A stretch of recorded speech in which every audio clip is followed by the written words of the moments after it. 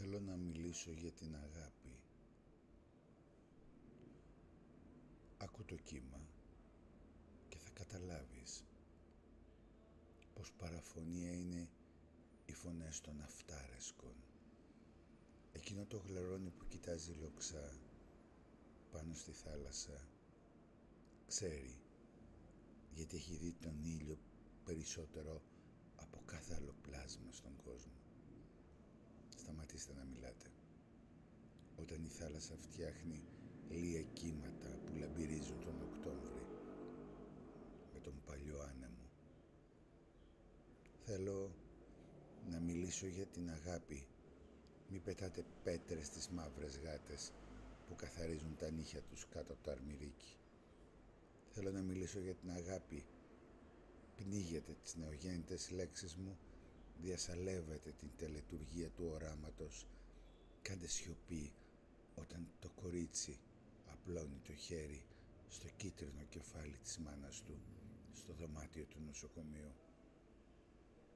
Μην αναπνέετε και παρακολουθήστε πως χαϊδεύει απαλά τις λιγοστές λεπτές της τρίχες.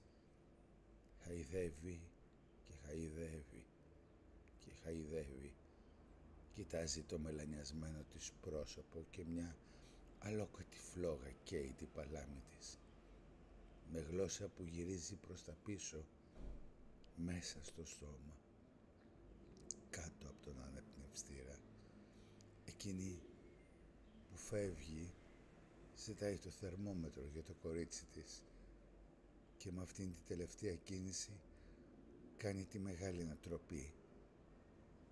Και αν εσείς δεν καταλαβαίνετε τίποτα από την τελετουργία του θανάτου και δεν ακούσετε τον εξαίσιο ήχο των κυμάτων, αν δεν παρατηρήσετε το μάτι του γλαρονιού, το λύγισμα της ράχης του ψαριού στο ράμφος, τότε δεν θα δείτε ποτέ τον αντικατοπτρισμό του μικρού Νάρκισσου που πέρασε απέναντι, ούτε τον γηπαετό που πλέει πάνω από τα βουνά της Ιερής Πέτρας, και δεν θα ακούσετε το κλάμα του κοριτσιού που είχε ονειρευτεί ένα ωραίο νηφικό και τα παιδιά της να κοιμούνται στα ζεστά πόδια της μικρής της μανούλας.